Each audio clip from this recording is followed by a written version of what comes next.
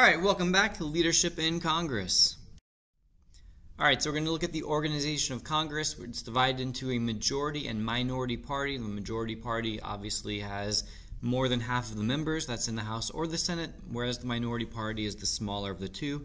In both House and Senate currently, as of August 2018, the Republican Party is the majority in both, hence the pictures. All right, so how is power set up in the House? Well, the leadership in the House has more power. They make more rules to restrict debate. So debate, we could say, is more formal, more rules-based, more structured in the House. And that's because of the large number of people, 435, that are in the House as opposed to the 100 in the Senate. The Speaker of the House is the most powerful person in Congress and presides over the House specifically. So just again to make that clear, we say that the Speaker is the most powerful person in Congress as a whole, but he or she has no power over the Senate. Their job is to preside over the House specifically. Some of the powers that the Speaker enjoys are to influence which bills get brought to a vote.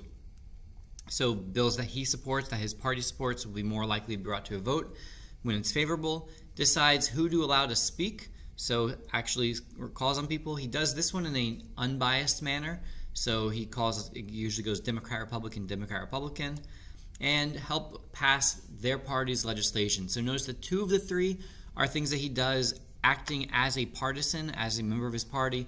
The third one is just overseeing and presiding, so he does that in a neutral way. The House Majority Leader is the second most powerful person in the House, so they're kind of next in line to be Speaker usually, so second most powerful. The Minority Leader leads the opposition or minority party. Often this is the person who, if their party was the majority, they would be Speaker. So you have a picture here of Nancy Pelosi. She was the Speaker of the House, and then the Democrats lost the House in 2010, and ever since she has been the House Minority Leader. All right, whips exist in both the House and in the Senate, so this isn't confined to one or the other. And it's also important to know that both majority and minority parties have whips. So the whip does is two things. They inform the leadership, meaning the Speaker of the House or the Majority Leader. They tell them how the votes will go or how they're expected to go. And the other thing is not just to count the votes to say, hey, we have right now we have 49 yeses, we need 2 more. But rather it's to also keep their members voting with the party, to try to keep them in line, suggest and do whatever they can to make sure that they vote with the party and they say yes if they need them to say yes. They can do this job in kind of a strict way by making threats of withdrawing party support from that person, the party opposing them even, or they can do it in a more nice way, which is to say, you know, add things to the bill, like what can we put in this bill to make you say yes for it, or what can we give you for your support now? So it can be a positive or a negative, good cop, bad cop kind of thing, but either way, they try to make sure their party membership votes with the party. In the Senate, it's less focus on leadership. It's less formal, or you could say more informal, fewer rules. So the idea there, leadership's not as important. Individual members are much more significant, and we'll see why in future videos. But for now, suffice to say that it is much less formal than the House is. The President of the Senate, so that is the Vice President of the United States. Their official job is to preside over the Senate. They really only do this in real life when there's a tie, and so they show up there to cast tie-breaking votes.